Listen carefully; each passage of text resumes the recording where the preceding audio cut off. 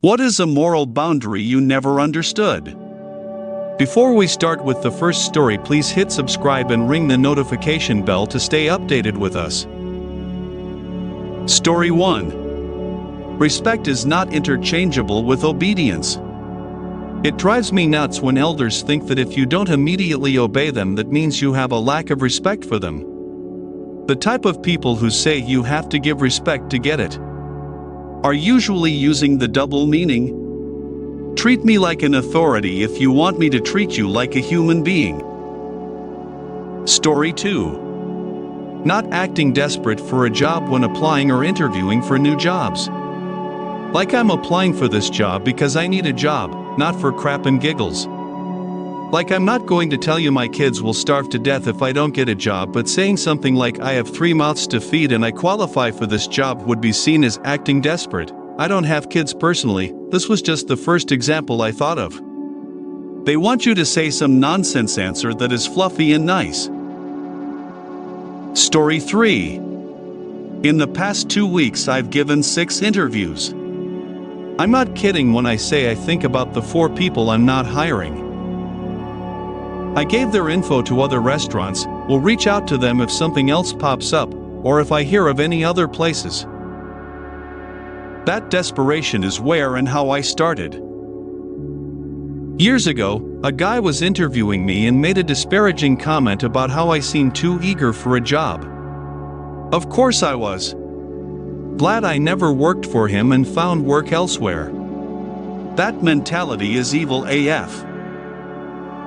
Story 4. Probably because I've always worked in healthcare, but many people are super averse to talking about medical conditions. Tons of people downplay or outright avoid talking about their conditions directly to medical professionals in hospitals.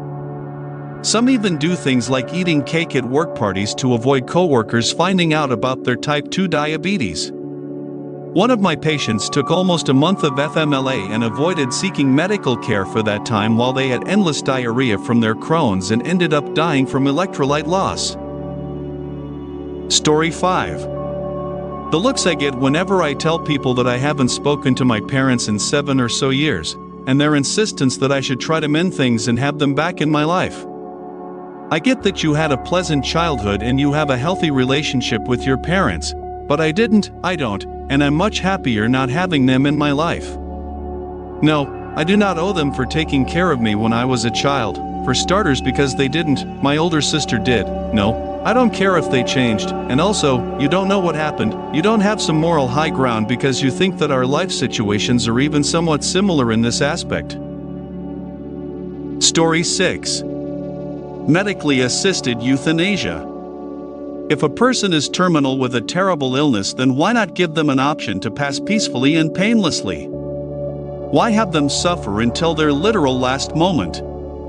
Most people agree to do the same for a pet, but for some reason when it's a person, they don't want to give them that dignity. Story 7. Most of the people who are approved for the Oregon program end up not going through with the whole process. About half of them never fill the prescriptions, and out of the ones who do, about half of them don't take the meds. The most common reason is that they died naturally prior to the chosen date and time, but it's also not uncommon for them to get there and say, "I'm not ready to do this yet." I had just graduated from college when Dr. Abraham Verghese published his first book, My Own Country, in 1994, about his experiences in the early days of AIDS, and he spoke in my city.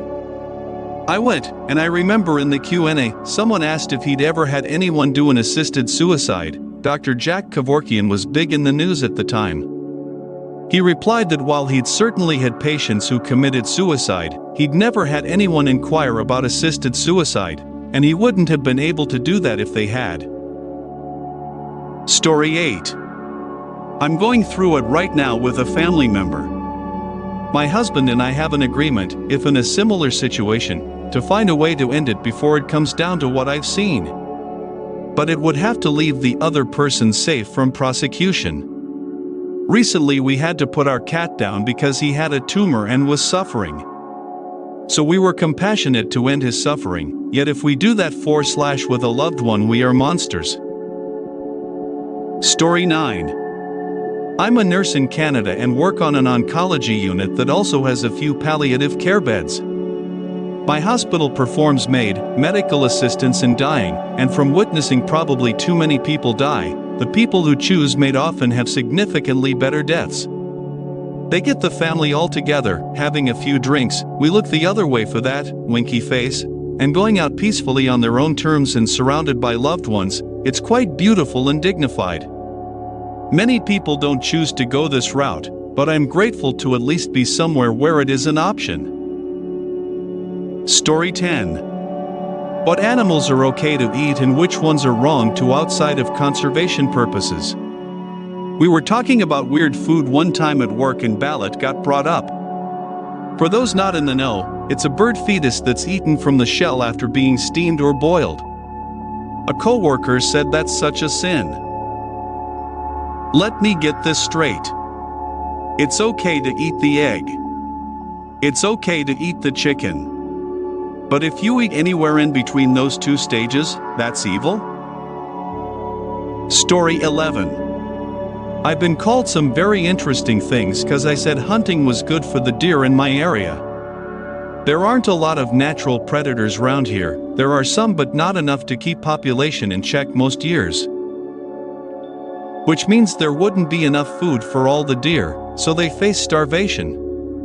They also start coming closer to human-populated areas in search of food, which is dangerous for not only the deer but humans and any pets too. So it's better for hunters, who are told each year how many deer they can kill based on population, to thin the population. It also means those hunters and their family have food for winter. Or if they don't want/need the meat, they can donate the carcass to a butcher shop in town. They process and distribute the meat to various groups and shelters. Story 12. In the US, it's the backlash in providing factual, age-appropriate sex education. This is something almost everyone will need some practical knowledge of down the road. And don't even get me started on abstinence-only sex education, which is worthless at best and psychologically and physically harmful. Story 13. A moral boundary I've never fully understood is the tendency in some cultures or communities to stigmatize open discussions about mental health. It can be puzzling why people shy away from conversations that could actually support someone in need. It seems like an arbitrary line, where a stigma is placed around something so human and essential. The expectation for everyone to tough it out silently not only seems unfair but can also prevent people from seeking the help they need. Story 14. When a woman is insecure about her looks, usually as a result of unrealistic body image expectations imposed by the media/tabloids, there is no shortage of body positivity movements dedicated to telling her and other women that they are beautiful no matter what. As there should be. Don't get me wrong, the media and tabloids are horrible for making anyone feel insecure. But when a man is in the same situation about his looks, he's usually told to be a man and suck it up. Why? Because, contrary to popular belief, men do, in fact, see the guy in the magazine and get insecure about their bodies as a result, as well. And it's time to stop pretending that they don't. Story 15. When have you ever seen a news story that said something to the effect of, "We had this drug that we thought would cure cancer, but we couldn't find any cancer patients who wanted to try it, so we tabled it"? Modern medicine is pretty good at making sure new drugs are relatively safe before human trials begin, is my point. And I take it a step farther, and suggest that letting non-inmates die of fatal diseases because you insisted on giving potentially life-saving drugs to inmates instead of non-inmates is morally backwards. What's the most morally questionable thing you've ever done but would never admit to in real life? Story 1. Was working in a warehouse as an order filler. Was all the way in the back of a freezer when I suddenly became very sick to my stomach. I raced as fast as I could to the nearest bathroom, but before I could get all my layers of clothing off, it was too late. I was a mess. I went to my supervisor and tried to gently convey what was going on. His words were just clean up and get back to work. He said this multiple times as I tried to explain why that wasn't an option. Was told I would receive points for leaving. I got so pissed off at the situation that I took all my soiled clothing, locked it in my locker with a personal lock and never went back. To whoever had to clean that mess, I'm sorry. You didn't deserve that. And to my old supervisor, you suck. Story 2. I had a drug addict uncle who kept getting let out of jail. He was trying to rob Granny's house. I told him I had a one-time job that was 6 hours away. I drove 6 hours away, stopped at gas station and gave him $50 to go get snacks. Then I drove off and left him. Story 3. I don't have a problem admitting it in real life because the statute of limitations has long since expired, but my boss at a PC repair shop emptied the payroll account to buy himself a brand new BMW, so all of his employees quit. But I decided that if he wasn't willing to pay me in money, he sure was going to pay me in inventory, so I walked out with enough parts to build me a new PC, somewhat more than my paycheck would have been. But PC parts don't pay the rent, so I charged a conversion fee. Story 4. Worked as a strip club bouncer, which duties suddenly included repairman, moving, janitorial staff and etc. Broke several of my tools without offering to pay, including my bits. I got smacked by a dancer, then chewed out for cussing her and telling her to back the crap up. She was drunk AF and not even old enough to be drunk, so as soon as the boss wasn't looking and it was busy, I loaded up all the spare tools from under the bar, probably few $100 worth, and left him high and dry. Story 5. I was a math tutor in college that got paid minimum wage working out of their math lab. Students would come in for help on their homework. This elderly woman taking an entry-level math course would come in often for help, and she seemed like a nice enough lady. But she was falling extremely behind on her homework and the semester was almost over. So she asked me if I would do it all for her for a couple $100. That kind of money back then was huge for me, so I took her up on her offer. Story 6. In my early 20s, our apartment got burglarized. Most of what they took wasn't very valuable, but I had 2 silver pocket watches I inherited from my grandpa that probably would have fetched $3,000 combined. The problem was that my renter's insurance policy limited jewelry losses to $1,000. Conveniently, my roommate had lost a really expensive 35mm camera and his insurance policy only covered $1,000 for it. He also worked at a computer store. So I gave him documentation on one of the pocket watches, and he gave me a backdated fake receipt for a computer. We were both able to adjust our claims and get extra money out of our insurance companies to help with our losses. Thank God we used different insurance companies at the time.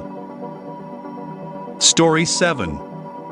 About 15 years ago, I remodeled my kitchen. Got all new Samsung appliances.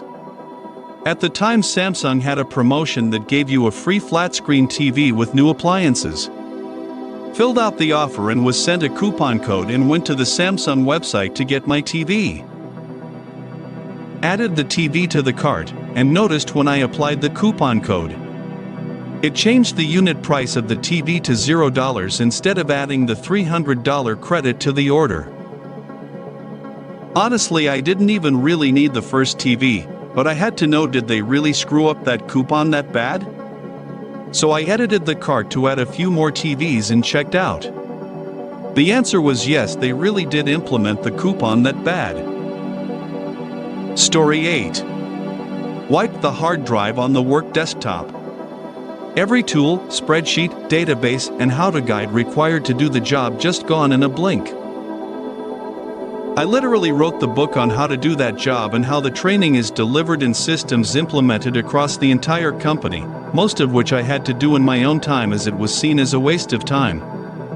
I effectively automated processes that took hours to do manually and brought efficiency from 13% to 98%. And yet, when the time came to give me the promotion they promised, they brought in someone new to the company and said that I had to train them. Pulled the plug on the operation and handed in my notice. The department folded less than 3 months after I left, as no one knew what they were doing and had no backup or go to help anymore.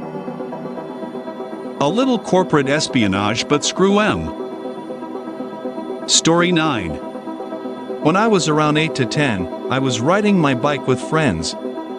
We stopped at an apartment building, 4 to 5 floors, to wait for one of our friends. My friends started talking about a girl, about how much they dislike her. I had no idea who they were talking about, but didn't want to be left out, so I joined, and started saying mean things, like how stinky she was, and how ugly, and I think I even called her a pig, or something like that.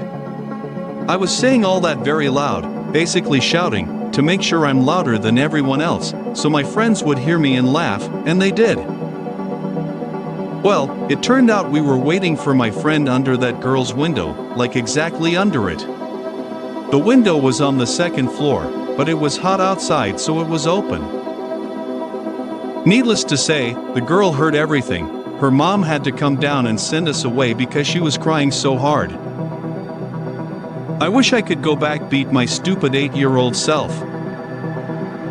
Story 10. I had a professor in college that I despised.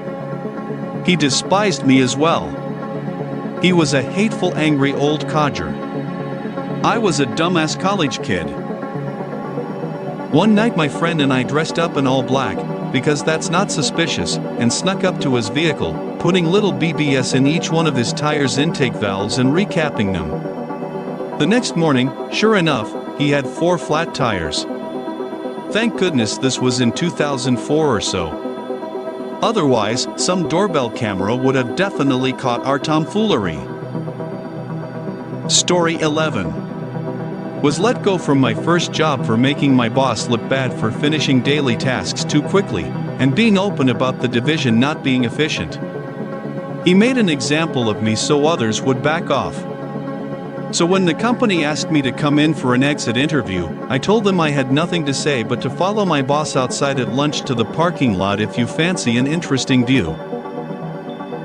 He was arrested for possession and distribution of cocaine, got a year in jail, and life pretty much ruined. I bumped into him about 3 months after he was released while walking around a mall, and he told me I ruined his life, which I then came back and said, "You had me fired for trying to make the company better. Cheers." Felt bad he got the year in jail, and looked like crap, but... Story 12. My friend confided in me that her dad was saving her. She cried and begged me not to tell anyone. I was scared, sad, and wanted her to trust me with this big secret, so I didn't tell anybody. A year later her dad got caught, no idea of the circumstances, and he was arrested and sent to prison for a long time. I feel so bad about it. If only I had told somebody, told my parents, told a police officer or something, I could have saved her from another year of torture. I can't bring myself to talk to anybody about it. I don't know how to forgive myself for that. Story 13. When I was in high school, I dated a boy who was horribly abusive, and ended up cheating on me with my best friend the night before my senior prom. Also found out he had been cheating on me pretty much the whole time via the Meet Me app. I obviously dumped him. A few months later I found out he was already dating another girl, so I created an account on Meet Me, and proceeded to pretend to be someone else for multiple months, get him to virtually cheat on his girlfriend at the time, and send her all of the evidence using a fake social media account. Sorry girl, / he would have done it anyway, / Story 14. When I was 10, I sat next to a boy in class who was stinky and unkempt. His clothes were musty, he had a lot of dandruff, and almost daily he had a boiled egg sandwich. One day I had a bit of an upset stomach and I let off a fart in class. Silent but deadly. When it hit everyone and they smelt it, they assumed it was this boy and started to move away. I moved away with them and pretended it had been him. He knew it was me and I knew he knew, and I never apologized or corrected the record. Story 15. When I was a young and new driver, a car in front of me kept swerving to keep me from passing them. When I was finally able to fly past them, I threw my drink at them. Unfortunately, their window was open and my drink soared right in. Unfortunately, it was an elderly woman. She didn't wreck or anything, but God, I have felt bad for that ever since. Story 16. I told my grandmother that I needed $300 for an abortion, but in reality, I wanted it for heroin. She gave it to me and never said another word about it. That was 20 years ago. I've been clean for 2 years now, and I think about that lie every single day. I'll never forgive myself. Story 17. Back when I was 14 and in school, I was the altar boy. Teacher's favorite pupil. Everyone thought I could do nothing wrong. One day, while fooling around with friends, I drew an erotic art and left it under the desk. A teacher found it and escorted me to the principal. Out of fear of them calling my parents were strict AF back then, I lied to the principal that it was my friend to do it. Of course, they believed me since I could do nothing wrong. Poor chap's parents got called to the school and he received a severe scolding even when he was saying it wasn't him, but me. Despite the ordeal, we still remained very good friends till we went to college and we lost contact after that. Hey friend, I'm sorry for throwing you under the bus for a mistake I made. I hope you can forgive me.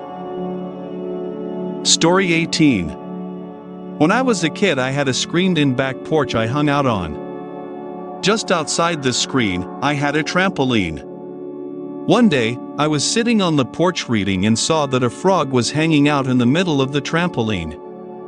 I then noticed that a little 4-foot snake was working itself up one of the trampoline legs, and just as it succeeded in getting to the top, the frog realized the danger and hopped off the trampoline onto the screen mesh in front of me.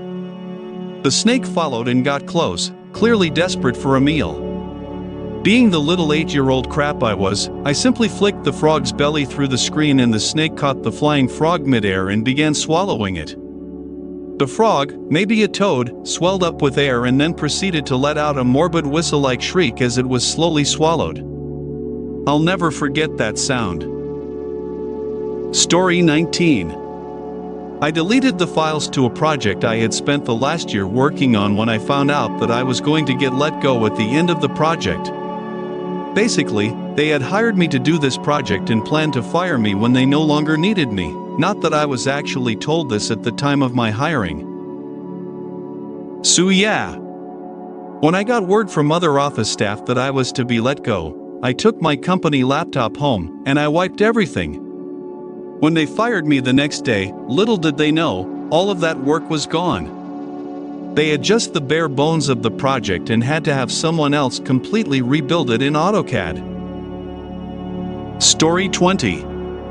When I was in my early teens, my brother and I were shooting airsoft guns in our backyard.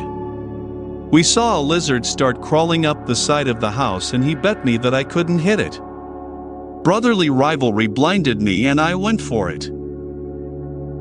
I was able to hit it first try, figured I'd miss since it was about 20 meters away, killed it instantly. I walked up to it and felt instant regret. 18 years later I still feel remorse killing that lizard. Sorry lizard, I'm torturing myself emotionally in repentance 18 years later. Story 21. I once ran over a young rabbit as I was mowing the lawn. It came out of nowhere, probably a hole in the ground. The blow didn't kill him instantly, he stayed there suffering, slowly bleeding from his mouth. He kept looking at me straight in the eyes. I didn't know what to do, so I just left him there to die. Sometimes, I can still see his eyes staring at me like if it was yesterday. Story 22. In 3rd grade, I cheated on my history exam. In 4th grade, I stole my Uncle Max's toupee and I glued it on my face when I was Moses in my Hebrew school play. In 5th grade, I knocked my sister Edie down the stairs and I blamed it on the dog. When my mom sent me to the summer camp for fat kids and then they served lunch, I went nuts and I pigged out and they kicked me out. But the worst thing I ever done, I mixed a pot of fake puke at home and then I went to this movie theater, hid the puke in my jacket, climbed up to the balcony and then I made a noise like this, scream, and then I dumped it over the side, all over the people in the audience.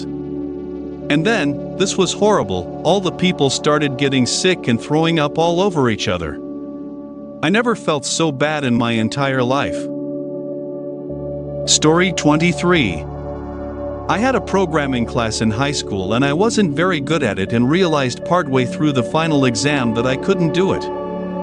Once you're done your test, you were supposed to save to a folder that you could save to but not see what's inside of. But since the file name had a very strict format, I was able to open a file from a kid I knew would ace the test. So I opened it, changed the name on it and some other things and submitted it. I never got caught, but since I exploited a loophole on the computer, I feel like I still sort of earned it. Story 24. I put my dog down. He attacked our other dog, hurt him pretty bad. Couple of weeks went by and he did it again, this time with us there. The victim dog did nothing, and the aggressor dog was trying to kill him. We yelled, we hit him, I finally had to jump on him and choke him until he let go. My wife at the time was pregnant and I couldn't have this happen when I wasn't around. I was highly emotional as I put him in the truck and drove to a secluded place. When he was sniffing a tree, I put a bullet in him.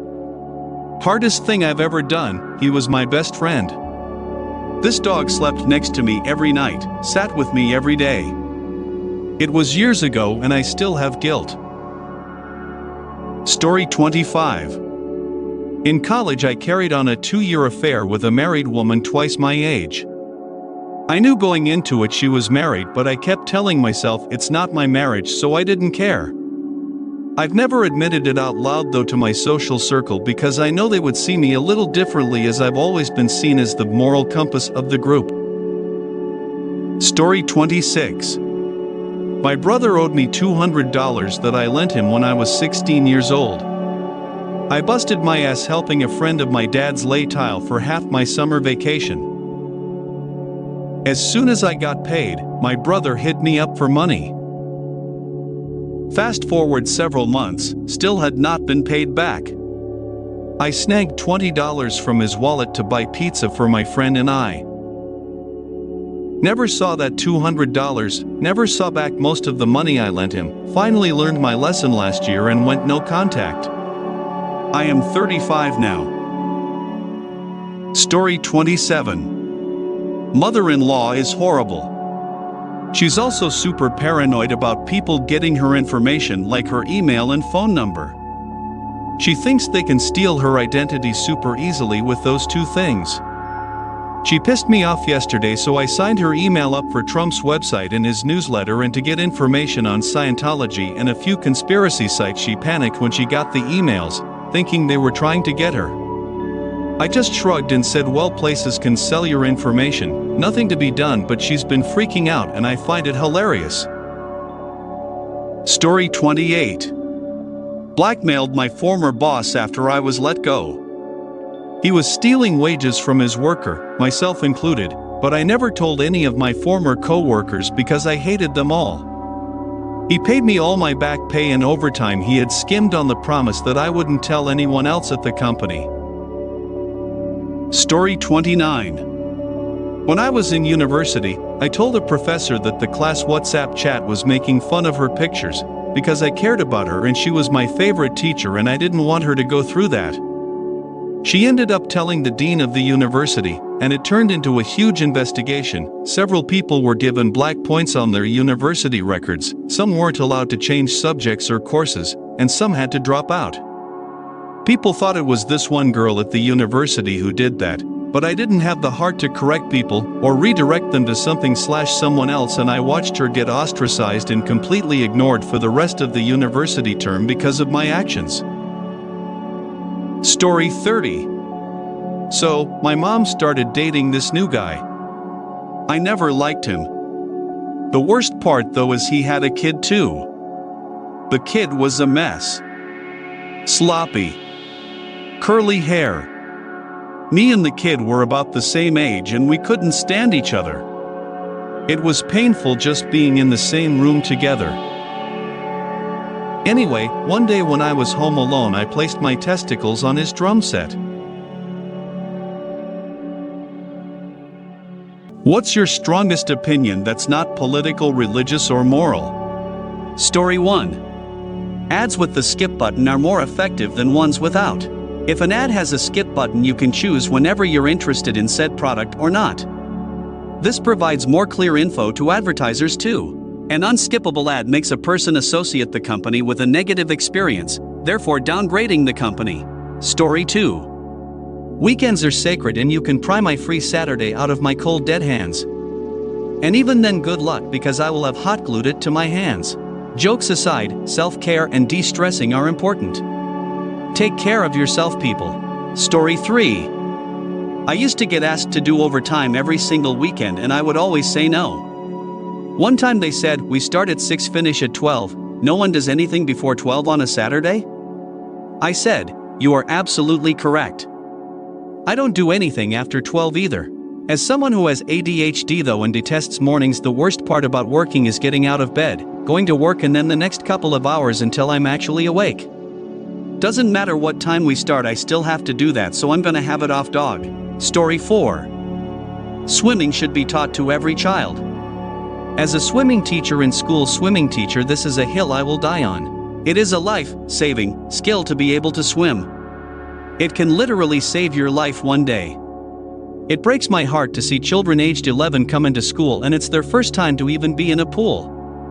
Please parents, if you have access to a pool and can afford it, put your kids in lessons as soon as possible.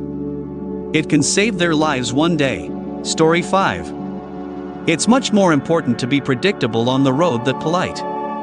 When it is your turn, go. People need to stop being benevolent and changing the rules by allowing others to go. We have a set of rules that work without the need for hand signals and yelling out windows. Follow them and traffic moves faster. Story 6. Old people need to start playing some video games. I work as a nurse and all I see is elderly wasting away in bed with nothing to do. They don't use their brain much when they sit in hospital bed or skilled facilities bed. Seriously, get a hobby. Slow that cognitive decline. My dad is 74, and a year ago I brought my HTC Vive and computer over to my parents' place and he tried it. He was instantly hooked. He'd spend hours playing Aircar on Steam, which is just a free tech demo where you drive around a flying car in a Blade Runner-esque setting. For his birthday this year, my brother and I bought him a Quest 2, and now he plays Medal of Honor all the time and calls me up every day to tell me the progress he's made. It's amazing. Also, my dad was not a gamer beforehand at all. Story 7. If little acts of courtesy/kindness were more normal, it would be better for everyone. Instead, most people act like crap. For example, yesterday at the butcher they asked me and a lady who had both been waiting a bit who was next. She said to me, "But I saw her already waiting when I walked in," and explained that. She then asked how much I was getting, as she would be getting a lot of stuff. I was only buying one thing, so I went first, and was done in less than a minute. Walking out, I realized how insanely rare an interaction like this is, and also how sad that is. Just two people being nice to each other and looking out for the other in a small way. Story 8. Advertisements should never under any circumstance be more than 30 seconds long. Every few years I have to find new ways to adblock. Adblock Plus, uBlock Origin, Twitch Adblock. I'm a pirate. The quickest way to turn your PC from gamer mode to mom's toolbar-filled virus den is to allow ads. Your antivirus software itself is a virus. You don't need it, and it fakes the "We caught 9,001 suspicious threats today" messages. Story 9. Recently, I've been on a big kick for hating that people lie about their private life and they make money off of it. Like, I don't care what you do in your personal time, but you have people that tell you that they diet and exercise and get absolutely massively jacked. And you should buy their programs. Spoiler, they're on steroids. People who've gone to the gym religiously for 10+ years don't have half the size they do, in spite of having good diet and personal training, and a celebrity goes to the gym for 6 months and gets massive? I don't blame them when 100+ million is on the line, but let's not lie about it. Story 10. We have the ability to make great TV shows now that would get an incredible audience and lasting appeal. Firefly? The Wire?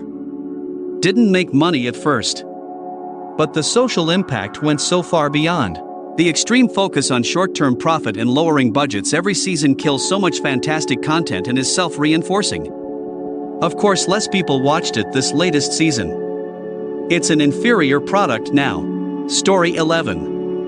Conflating your identity with that of an organization that you have no real involvement with is really weird.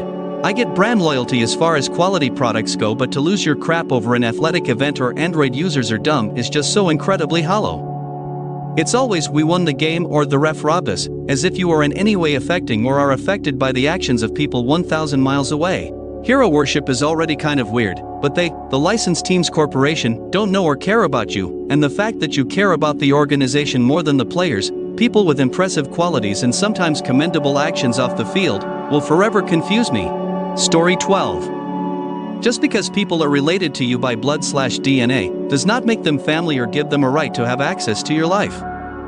The biggest abusers in our lives can be family. They don't and shouldn't get a pass or a second chance just because you're related to them. Family is who supports you, is loyal, and who stands by your side and brings something positive to your life by being around them. Kick toxic relatives to the curb. Story 13. I think anyone with a US driver's license should be retested, written and driving, every 5 years. It's absurd to me that some people take a test at 15 to 16 years old and are allowed to operate a death machine for the rest of their lives. The other part of the opinion is the elderly need to become ineligible to drive at a certain point, and with the way people age differently, there is no set age to tell them it's time to stop. I think with the testing it would weed some of them out. 0.5 years isn't a huge inconvenience and would probably save lives young and old. Story 14. Music was not better in your day. The sheer amount of choice and variety of music today is incredible, with it being easier than ever to make music, and if you haven't found stuff you like, you just need to keep looking. When people say all music in blank was amazing, you're cherry picking and only remembering the best hits from those eras.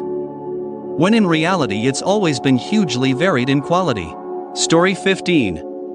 We're at risk for an unimaginable amount of cultural loss over the next decades if we don't return to keeping our most important data on paper. We've already lost data from businesses that adopted digital record keeping in the previous 50 years that we will need to understand our history.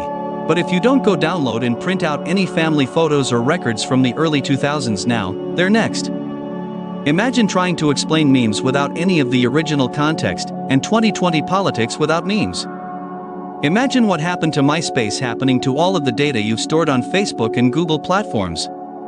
Or a successful terrorist attack on all of AWS. Do you know how much of our current internet is dependent on a tiny piece of code maintained by one human being? I literally can't comprehend the amount of loss taking place every second of every day, but it does keep me up at night. What is moral but illegal? Story 1. As an American doctor who takes Medicare, I am not allowed to waive fees for procedures or charge a patient less than what our officially set rates are, even if they don't have insurance. I'm also not allowed to ask a doctor from a different practice what a certain insurance company pays them for a service, as this has been deemed antitrust. Story 2. Grabbing thrown out clothes from clothing stores/furniture/appliances, brand new stuff that just didn't sell or was out of season. Truly wasteful and probably a terrible. My mom used to drive behind strip malls with me as a kid, and we'd find all sorts of good stuff. Pier 1 Imports used to have some good stuff, so did Burlington Coat Factory. Story 3.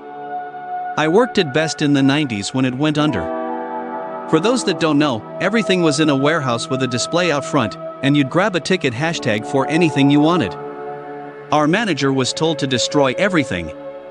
It was a warehouse. We looted the store, like not just the employees, but their families, friends, the local charities, and then the general public was invited in to just take anything they wanted. This was in Great Falls, Montana, and there was no way corporate was sending a 100+ empty semi-trucks to empty the store. I know for a fact the manager cleaned out the entire jewelry section, probably hundreds of thousands of dollars worth of inventory in gold and diamonds, rings, bracelets, necklaces, etc. Story 4. Paying for other people's parking meters. My favorite story about my dad involves this. My mother and father were doing coin laundry, and naturally had a lot of coins on them. Dad was on the street waiting for a cycle when a parking inspector walked past. As the inspector got out his pad and began to write a ticket, Dad put a coin in the meter. So the inspector walked to the next car, and Dad put a coin in that meter too. They both started walking faster, the inspector trying to check the meter and Dad feeding coins into each slot. It goes on like this until they're both running down the street in frantic competition. This was in Australia in the early 90s/late 80s. Story 5. Grabbing thrown out food from a grocery shop's dumpster. I worked for a well-known company with a well-known coffee shop inside. If I'm legally allowed to say name, where all the food that wasn't used that day was thrown out, they wouldn't even let the employees eat it. Unless they wanted to pay for it. There was even expired food they were throwing away, and they said this either goes in the garbage or you can pay 50% off. For expired food? Story 6. Defending against a bully in school, apparently. Or reporting a bully. You get the same punishment as your bully because you were involved in a fight, because you were hit, pushed, etc. Or helping someone who was being bullied. My son was expelled for helping a student that was being beat up. I always taught him to defend the person being picked on. There was a kid that bullied others and several parents had already complained. The bully, 12M, was on top of a kid, 10F, punching them in the face. My son, 11M, pulled him off and punched the bully in the face and torso, knocking the wind out of him. The cops were called and my son was expelled for the rest of the year. The bully was as well, and the girl was suspended for a week. Good old zero tolerance policy. Story 7. Where I live, euthanasia. Having had to watch a relative waste away as they could no longer eat properly, had no clue who they were or who anyone else was, and was just so scared. How is making them live or wait until they starve/dehydrate the moral choice? Story 8. Fat Tony, Bart, is it wrong to steal a loaf of bread to feed your starving family? Bart, no. Fat Tony, well, suppose you got a large starving family. Is it wrong to steal a truckload of bread to feed them? Bart, Fat Tony, and what if your family don't like bread? They like cigarettes?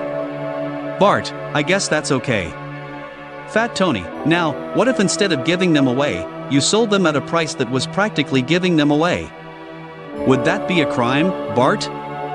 No. Story 9.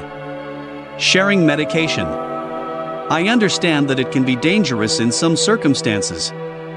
But, for example, I work in childcare, and if a child was dying of an asthma attack, I wouldn't be allowed to share my inhaler to potentially save their life.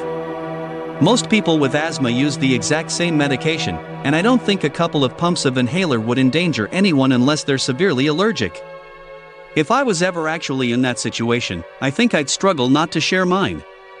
Having the life-saving medication right there and not being allowed to use it seems crazy to me. Story 10. Giving expired food to the poor. Stores throw away literally tons of food that could be eaten, but taking that food and giving it to the poor can land you in jail. The justification is a one-day expired ham could get someone sick and the entity could be liable. In reality, it's just a way to prevent people from not buying the fresh stuff. Story 11. In 2011, an undercover investigation at an Iowa Select Farms found employees smashing piglets onto the concrete floor. Another investigation that year documented employees beating pigs with metal rods and sticking clothespins into pigs' eyes and faces. Those investigations of illegal practices on factory farms were conducted by animal rights groups, which documented what they saw on video. In 2012, the Iowa legislature passed a law banning the collection of evidence of crimes like those.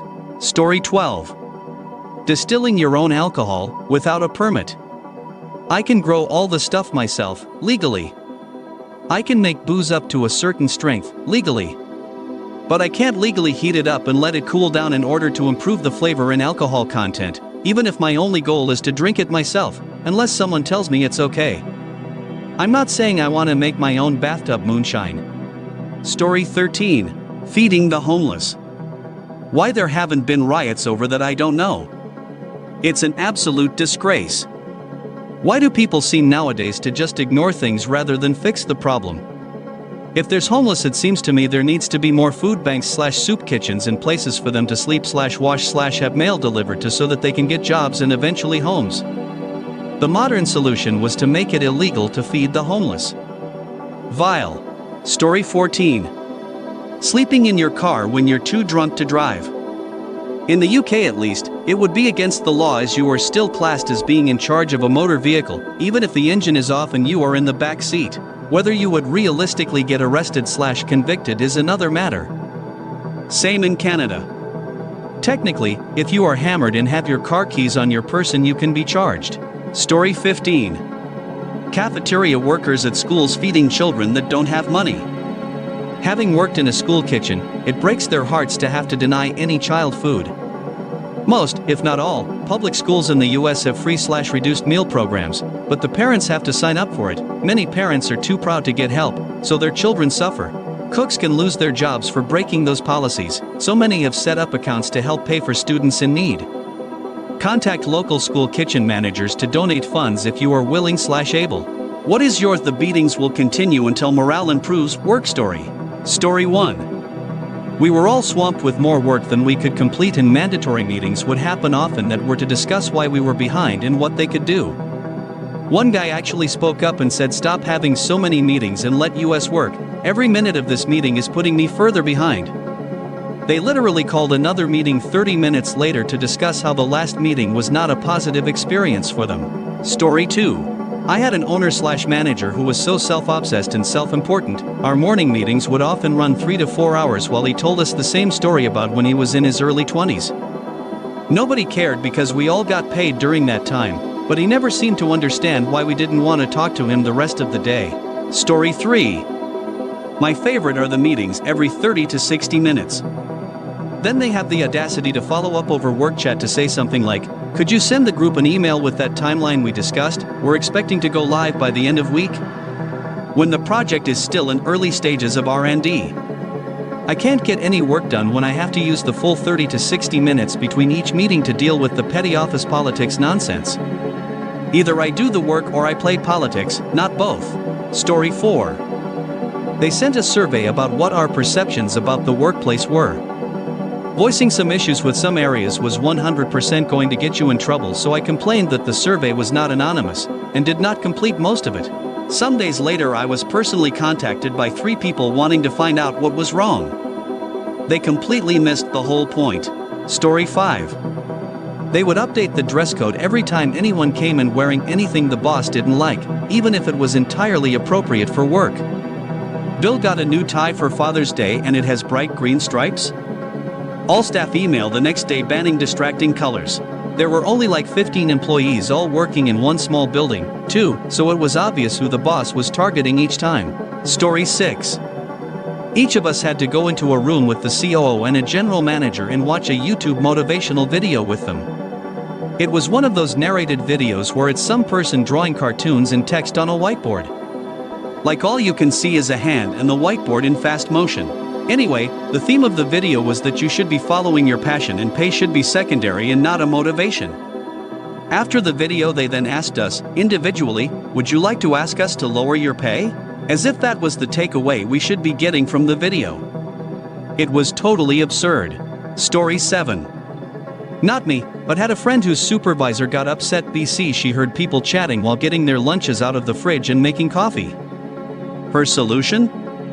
Lock the break room at 8 a.m., so you needed to come early if you want a cup of coffee, and lock the bathroom so people would need to approach her and ask for the key every time they needed to use the facilities. Imagine being in your 30s/40s and having to ask permission to use the bathroom. Story 8. I once worked at a company where morale was very low due to extreme micromanagement, low pay, and having to provide tech support for a product that frankly sucked. So they called us into a series of meetings to discuss the issue. The guy leading the meeting asked us as soon as we sat down, who here is happy in their job? And like 1 or 2 people raised their hands. He then said, well, in this economy, you're lucky to have a job at all. Meeting over. And then he left. Story 9. Manager asked what to do about low morale and high turnover. I know he's a hard ass, so I offer something simple. While there's only 3 chairs for the given 15 to 25 of us on an average day, how about we get some more? His response was, verbatim, don't you start this fight with me because you are not going to win. Story 10. Worked in a fintech company in the UK in the 90s. It grew to around 1,000 people, building towards IPO. HR decided we needed a company magazine to boost morale and give us a sense of community. First issue landed and the cover story was, perhaps predictably, a profile of the new CEO. A decent guy, fairly well liked up until they point, worked his way through a few roles in the company. Except the angle they decided to focus on, to show us his human side, was how he was getting tired of his current 55-foot yacht and was hoping that the efforts of we, his minions, would reward him with enough bonus to be able to upgrade to a 76-foot model in time for summer. Reader, I do not believe it has the desired effect. Story 11. I worked in a small IT-based company where the owner had some pretty bad anger issues. He also had his whole family in supervisor positions. The actual techs were great and we were a pretty tight-knit group who took pride in our work. There was a period where the tech group had shrunk pretty small and newer techs were bouncing pretty quickly after being hired once they got a real glimpse at what a show the place was. The quality of work ended up suffering enough that we had daily all-hands-on-deck meetings talking about it and morale was a central issue. Our main complaint was the owner's meddling and micromanaging, but he never got the hint, so we kept having these daily meetings. We then came up with the joke the meetings will continue until morale improves. Story 12. It would be too much work for you to train new staff, so you'll just have to do your job plus most of someone else's job while we dick around for months on a unicorn hunt looking for some magic candidate who perfectly fits into the open position with zero training. Sincerely, the management. Story 13. Manager implemented weekly individual, hour-long, meetings with all employees. 9 out of 10 she just wouldn't show up to the meeting. Generally these meetings were virtual, but sometimes she'd state in her invite that they had to be in person. Drive to the office, wait at her office door. Find out from other office employees that manager had called out for the day and hadn't told anyone. That was year 1. Year 2, manager decided to up it to 2 individual meetings per week, and then a third meeting with the entire team. Again, she would regularly just skip out on these meetings. However, if anyone ever dared to not show up or show up late to a meeting she had scheduled, she would lose her godmind. Turnover in that department was insanely high. Story 14. I was a nanny for this Insta mommy. I worked 10 to 12-hour shifts. And normally came in earlier as well as staying later because mom only wanted the baby for her Instagram. I was exhausted and looked exhausted. She asked me about it. Thinking she was being nice, I told her how tired I was. The next day she had a floor mattress in the nursery right next to the diaper pail. She wanted me to start sleeping there since it was unsafe for me to drive home as tired as I was. Story 15. At my credit union I worked at, us tellers complained that our incentive pay wasn't fair compared to the other departments. The lending and wealth departments got their incentive pay just by doing their jobs. The tellers had to compete with each other so one of us would get incentive pay, and the requirements were difficult and out of our control. So we complained and suggested a more fair program. The GM decided that if we were going to complain, then no one gets incentive pay. Everyone was pissed.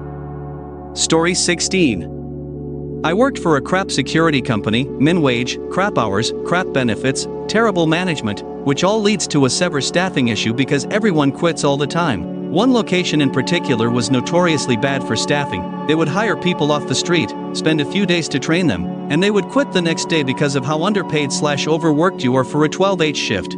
Because of this, they would never send an experienced guard to work there due to them knowing they would quit and cause even more staffing issues. I remember going to the location to fill a different duty, which was a cushy role, and meeting 5 new guards in a month. Generally one would stay for a few months before finding a better gig. Well, when my summer position was closing up, my boss came to me with a great solution. I was offered the crap location. I asked for a raise since it's pretty rough work. He messaged me saying he was insulted and that's not how things work around here, so I quit. Story 17. One time I worked for a major satellite TV company. I'd worked there twice before, so I was part of the fast-track training program, designed for people who have done the job before. It was 4 weeks, part-time, and on each Friday assessment I got 100% in literally all of my tests. They were product knowledge, financial, technical, and customer service. I got literally 100% in every test, and at the end of the 4th week the trainer told me in a feedback session that I had a lot of potential. There were supervisory positions and management roles and I could do very well there. The following morning I got a letter, meaning that it must have been posted before I even sat that last test, from the work agency that had recruited me, saying thank you for your valued contribution on site, but your services are no longer required. Story 18. Worked at a brewpub that touted an employee deal of $1 beers and 50% off food following a shift. Owner also bragged that it cost them 10 cents to make a beer.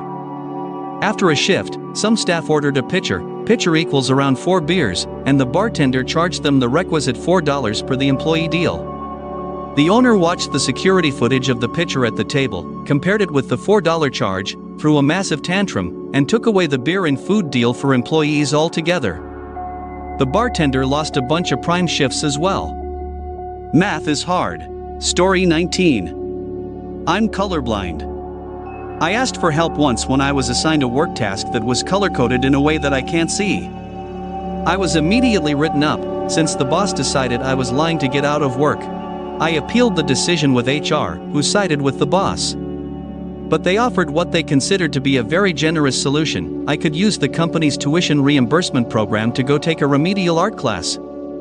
So you can finally learn your colors, she said. This was about the same time I was also written up because I stayed late to cover for a diabetic coworker who had to run home and get an insulin refill, so she didn't risk her health working alone in the building overnight.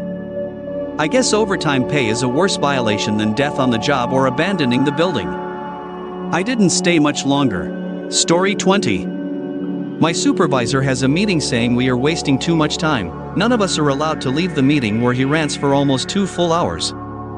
He then screw at the end of the day about how behind we were. I walked into the manager's office. The supervisor got fired. Story 21. One job I had, the office manager changed up the bonus structure so all regular staff had the opportunity to raise their base pay by up to $8 per hour. There were no bonuses for supervisors, which I was, but my team was so good that they all hit their top bonuses, so all my direct reports made more money than me, without anywhere near as much responsibility. And I kept getting pointed out for training such an amazing team, while I kept bringing up the fact that I didn't get any bonus for having the top team and that I was the lowest paid person there. Oh, how I hated that manager. Story 22. My brother just left a job because they kept pushing for him to be a supervisor for less money. They were all like, but it's a salaried position, that means you will make the same even if you don't work a full 40 hours. He's not an idiot, he saw how much the supervisors work, which was even more than he already worked. Sure, his base pay would have been higher, but that doesn't mean crap when mandatory overtime comes into play. Story 23. I was a developer and asked to take a course to learn a new programming language. I even found an after-hours college course so I would not miss work. All I asked is that they cover the tuition under their already established tuition reimbursement program. They declined my request, and when I really dug in they told me, "Why would we teach you updated skills? So that you can get a job elsewhere?" I signed up for the course on my own, paid for it on my own, and then found a new job using those new skills. They tried to tell me that I could not quit after leaving because I had proprietary knowledge of their code. I laughed and told them no one would care that I knew their COBOL source code, it's a dead language. Story 24. Meeting weekly with an efficiency expert about how to prioritize my weekly schedule that was so full of meetings to get work done. I was encouraged to solve the same problem for my staff that were also in too many meetings. I am in charge of 4 teams and have 46 direct reports. Maybe get me some help and not solution another 12.5 hours of meetings for me to solve my too many meetings problem? Story 25. I'm in a leadership role, and here's my potentially controversial suggestion. If you or your staff attend a regular meeting that you never have anything to say in, just stop going. If it gets noticed, then ask what your attendance is specifically required for, and any answer less than absolutely clear provides support for your continued absence. If it doesn't get noticed, then mission accomplished. I cut my monthly team meetings, various domains, from 8 to 1, with zero impact to productivity or line of sight. Every other meeting I attend I have active input almost without fail. Results may vary. Story 26. When I worked at a school during college, we used to get moved to a different school over the summer with different supervisors. One summer I had a supervisor who was an abusive sociopath. One of her more minor drawbacks was she had the mentality of, I don't trust the staff to do their job, so I will do everyone's job for them, while constantly reminding them how they don't do their jobs, so I can't trust them to do their jobs. It meant nothing got done, everyone was angry all the time, and the kids were always confused as to why everything was always a mess. I wanted to quit there so bad but couldn't, since it would have probably affected my position at the school I normally worked at during the year. I'll never forget how happy I was returning to my home school in the fall and being welcomed by friendly staff again. Story 27. Had a professor my last semester of school that simultaneously claimed I only give out A's for truly exceptional work. Getting in it shouldn't be easy, and students care too much about getting high grades and not enough about actually learning. The experience should be more important than the letter grade. You'd think if she didn't want us to worry about our grades, she wouldn't have put us in a situation where we had to. Which is it, Lori? Are letter grades important or not? Story 28. A place laid off half their employees one day, without warning. Then the higher-ups arranged a company-wide meeting to explain why. During that meeting, the who was talking said something along the lines of, "We aren't a 9-to-5 workplace, so if you intend to only work your normal number of hours, I want you to stop and think about the importance of what we do here." I wasn't caught in the layoffs, but I left that place soon after. That place bled people like crazy over the next few months for obvious reasons. Story 29. We are down 7 specialized staff members in an organization known to be overworked at the best of times. We are having trouble filling those vacancies because anyone who meets the education and experience requirements won't work for such little pay. It's been a few months, only 2 vacancies scheduled to be filled soon. Let's lower the requirements so the already overworked and underpaid staff has to train people who have no idea what they're doing. We also expect no backlash when the new recruitment is posted. Oh, and the new people with less education and experience will be paid the same as the people with proper education/experience. Story 30. I was laying in bed and my dog wags his tail like a war club and I was depressed as all crap, so he comes up and just beats the snot out of me until I smile and laugh with his tail. He is a pit bull, American bulldog, mastiff mix, and the sweetest baby out there. First thought that came to mind after that was the beatings will continue until morale improves. Story 31. Not mine, but my wife's. Works in payroll. They changed from service to software and went with the low-cost provider. At the end of the year, when they were generating W-2s, it was a huge mess and they were working until 11:59 on the due date for mailing getting them out. About 3 weeks later, after it had settled down, their CFO has a meeting and says something to the effect, "This is what we have. We aren't changing and it won't be better next year." Story 32. In an effort to simplify PTO, they rolled sick and personal days into one. Also, because you can take half days now, you need less. So from 2 weeks vacation and 5 sick days to 12 PTO. A new employee got 5 days total until year 5, previously you got your second week after a year. Oh, and with working a 7 to 5 MTH, and August 12th Monday, you actually need to spend extra hours for those days off. Turns out it was not a popular policy, but hey, how can anybody interview elsewhere when there's no PTO? Story 33. We protested about opening returned laptops during the height of the pandemic. We had no equipment, it was literally us touching infected laptops and breathing in filth. We had a meeting about our reservations and told we could not hold on to the return shipments for a few days out of safety. Basically, their numbers needed to be good and was more important than our health. I 100% ratted them out to OSHA. The company we were subcontracted to freaked the EFF out. LOL, the speed at which OSHA came down on them was a thing of absolute beauty. Story 34. Just happened today. Nurse in a small medical department, staffing has always been an issue, people already stretched thin. Corporate demands that in order to cover shifts, people will be mandated to come and do doubles. I get daily texts from headhunters willing to quite literally quadruple what I make, most of it tax-free due to being stipends. Story 35. My current manager. So morale and efficiency is crap. It is crap because no matter what we did, we got criticized. 2 people at work out of 10? Why is there a backlog? Taking day off? What if 5 people suddenly get sick? Denied. Lady after aneurysm in the brain having a checkup. Can you reschedule it to another day, even though there was enough people at work? And still my favorite one, I think. I got reduced bonus one time because I did less work than rest of the team. Why I did less work? Because his boss reassigned me to another task for 2 weeks. My manager's reasoning? 2 weeks? You should finish this task in 2 days. But yeah, after like 4 years he still can't comprehend why everyone is slacking. Story 36. When my company decided to downsize, the CIO gathered everyone from IT into a large conference room to give the news. During his speech he told everyone we'd all need to make sacrifices and he himself had to sell one of his houses. Everyone in the room looked at each other trying to figure out if he was trying to make a joke. He was 100% serious. Story 37. I worked for a company which was run by Scientologists. They started by making us watch a Scientology video before every shift. When sales didn't improve the way they thought they would, they then made us watch them during our lunch breaks. Then they told us they wouldn't pay us until sales improved. Then they stopped commission altogether. Eventually, I left. They then tried to sue me for supposedly being on my phone during work. I proved them wrong and they dropped it.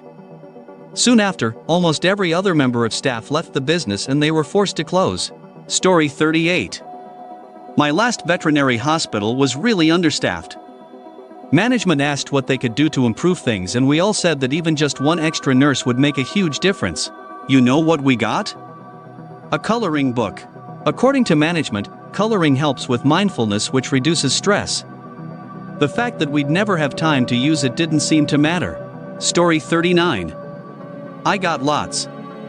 But let's say if you accidentally forgot to put a cup in the dishwasher, you will leave at 11 p.m. from work even though you're there from 8 a.m. The constant yelling and punishments when you do something wrong and also picking on you if you cry or teasing you if you show any emotion. The worst one for me was the yelling and mental abuse because my desk was untidy while doing something more important. I was a film production assistant, by the way. Story 40. Well, I just ordered a $200 piece of equipment for my own personal use because my employer won't replace the communal one, in a place that uses multiple pieces of equipment that cost tens of thousands of dollars. A tiny instrument that I use at least a dozen times a day. It is useless outside of my workplace. I will get no benefit from it except being able to do an essential part of my job somewhat better. Story 41. A hardware malfunction shut down our data system for 3 days, resulting in over half a year of mandatory overtime to make up the lost production time. When announcing this via email, the office supervisor used a quote by one Ferdinand Foch. He was a French general in the First World War famous for advocating the throwing of waves of men at barbed wire and machine guns because it'll totally work this time. This was meant to be an inspirational quote. Story 42. Volunteered at a summer camp. I worked transport, maintenance, and some cleaning. We had a rough summer where many visiting groups left the place in a horrid condition.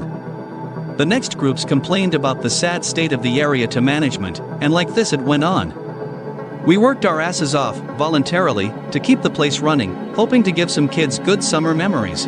One day, management came down to our garage and told us they had canceled our day off. Even though it was volunteer work, days off had to be scheduled to keep things running smoothly. They said we could get our free time when we shaped up. More than half of the guys literally just put their tools down and went to pack. Story 43. When I was younger I used to work in this warehouse, and the manager came out and basically said, okay, you have to work twice as hard or you're fired. The company went under a month later, but my point is maybe don't be a crap to people and try to avoid trouble before the trouble comes calling you. Story 44. I had a bartending gig and they gave me crap day shifts where people hardly came in. I got a new gig with better shifts. It was December 10th or so. I gave my 2 weeks notice for the first job. The owner of the restaurant said, but you have to work the holidays. What will you do when it's Christmas and you have no one to cover your shift? I was like, it's not what will I do, it's more like what will you do? Story 45. I worked for an environmental consulting firm that submitted and won a bid to do work at an Air Force base in Afghanistan. They would need a few of us in our group to volunteer. The project was for 2 weeks where you would be living in a dorm-style room with limited access to Wi-Fi. We would be working 10 to 12-hour days for 2 weeks straight. The part of the base we were working in looked, based on my view of Google Earth, very vulnerable to sniper rifle fire. Myself and a couple concerned co-workers went to the head of our group. We asked if there was any sort of incentive bonus pay. He actually laughed at that. I think I was making $21 an hour at the time. And then the cherry on top was that he told us it was the nice part of Afghanistan. Wow, great. So it's dangerous, but not as dangerous as the other parts. We Googled that particular Air Force base, and 6 months prior there had been a suicide bombing inside the base. What is the most morally corrupt thing you have done in a video game? Story 1. Fable. Become a savant so people will follow you without question, take them to a cult and sacrifice them. Go back to town, buy their property, repeat till you're wholly evil, raise the taxes on the property to exorbitant levels, save game, advance the time on the Xbox 20 years, come back and rake in that sweet dough. Donate like 0.001% of it to the church to become holy again. Story 2. Yesterday I played Civ 5, and basically got a great start, then befriended all the other Civs, allied with every city-state, and basically was the all-round peace-loving and scientifically successful nation. Then I rushed nukes, put some carriers around the world and nuked every single other Civ and state in one round. I felt pretty bad afterwards. Story 3. When I play high chaos runs in Dishonored, I make horrific displays of the dead bodies. I think the most messed up one was when I killed a veteran guard in his office, and he ended up cut in half at the waist. I propped up his torso in his own desk chair, and placed the legs in the guest chair across from it. Story 4. Wanted to adopt a kid in Skyrim, but I didn't like any of the ones at the orphanage. So I googled the list of children who could potentially be adopted. Decided on Earith because she came with a dog. So I headed out to Left Hand Mine and do her mother, making Earith available for adoption.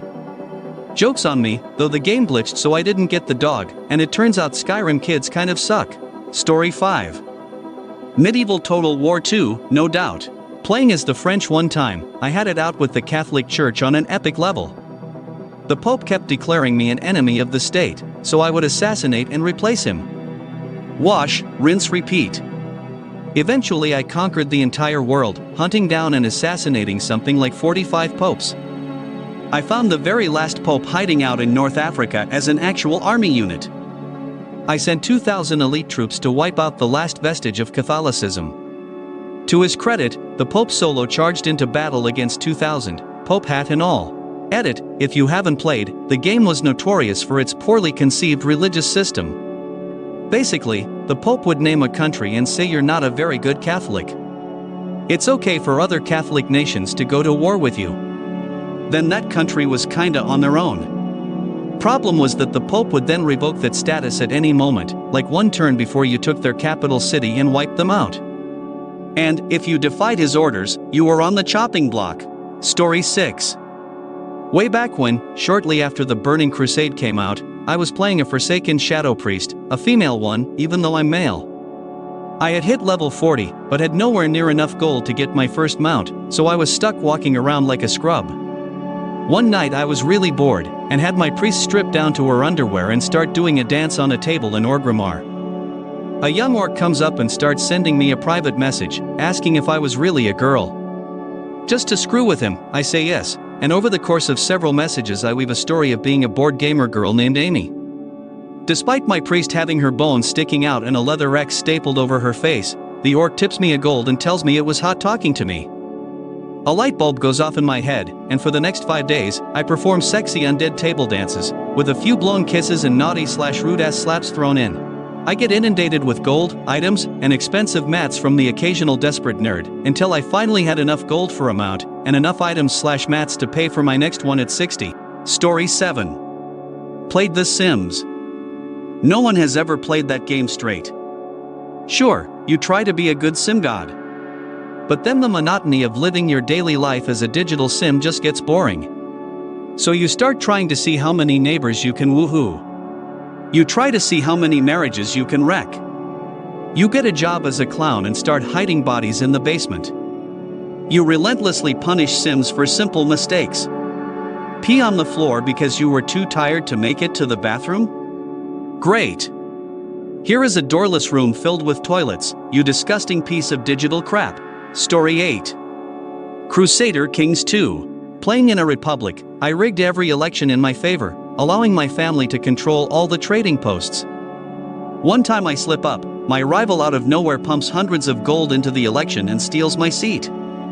He takes all my trading posts and redistributes them evenly amongst the merchant dynasties in our free republic. The crap didn't realize that my family having a monopoly meant much lower overhead costs and much greater output per trading post, so now my glorious maritime empire as a whole is being financially crippled because of this communist sack of crap. Story 9. I started a world war because Alexander the Great wouldn't screw off from my continent. This crap had bloated to 40-something cities on a different continent and would just not stop. And he had a monopoly of votes in the World Congress because he sucked the dick of every city-state leader in the game. I left him with one tiny city, on a one-tile island, and I always had one city producing atomic bombs, and I perpetually nuked him until I messed off to Alpha Centauri and won the game. Story 10. In the original Sims, I quit my job and just married single women that I created in the neighborhood. I could net 20,000 per person married, and I got it so that I could marry someone I just met within 24 hours. At first I would just send my new spouse into the pool for a swim and take away the ladder, but this got boring. My new plan was to create a spousal museum. The first wife would get a 2x1 rectangle to live in, sleeping upright and pissing on herself. But within 2 days she would have a roommate, adding another 2 blocks to the living space. Eventually I got it up to 6 women living together in a 12x6 open room with full-length glass windows so I could view them at my leisure. As the room got bigger I have them a fridge, a bed, and a toilet. My mistake was giving them an oven which they promptly used to burn the place to the ground. R.I.P. my wives. Story 11. Cheated in Duck Hunt by putting the gun up to the screen. Those ducks never had a chance. My mother walked by while I was playing with my kid brother. She wanted to try. We give her the zapper and she takes on a proper stance and nails every duck for several rounds. We had forgotten that even though mom hates guns and didn't want her kids near them, none in the house, etc., she was military and she did know how to use them. It was a very strange moment for me. Eventually she missed a duck and asked why she couldn't shoot the dog. Story 12. Roller Coaster Tycoon 3. Enter cheat codes to make a coaster over 900 m high, launching at 2,000 km per hour, going through triple-digit numbers of inversions and embanked hairpin curves, then stop instantly once I get back into the station. Without allowing cheat codes, I'd say drowning angry guests in the original. Story 13. In Oblivion, the Wizard's Tower extension gives you a potion that summons a Draymora Lord. I took advantage of a duplication glitch and made a few hundred. I drank as many potions as it would allow, and had a small army of them. I would go from town to town doing something for everyone and looting houses. It got a bit boring after I made it to every town and there was virtually no NPC left, but I had already played through most of it. Really wish they would make a remastered version, it was a good time. Story 14. In Star Wars, Knights of the Old Republic 2: The Sith Lords, I used the Force to make 2 thugs give me all of their valuables and then kill themselves. And then I convinced veteran of the Mandalorian Wars who was living in a refugee camp to give me all of his valuables and kill himself. Then I found a woman whose daughter had been stolen and was going to be sold as a slave. So I saved the daughter, but told the mother that I was unable to save her and she should sell herself as a slave to stay with her daughter, so they're still separated as the mother will likely be a sex slave and the daughter is all alone in a dangerous slum run by drug gangs. So the argument could be made that I'm not exactly a good guy. Story 15. Super Mario RPG. Dude in Rose Town couldn't get into his house because his kid hit the giant ass get rid of stairs button. Typical. Mario with legs of springs, jump up the hill and enter the man's house. I see the why do I even have a button for stairs button, but before I jump on it, I see treasure chests. The man asked me not to touch them, but I'm thinking he needs to pay an idiot tax. I open his chests, steal his treasures, restore his stairs and bounce immediately. I still feel bad. Dude had a family to feed.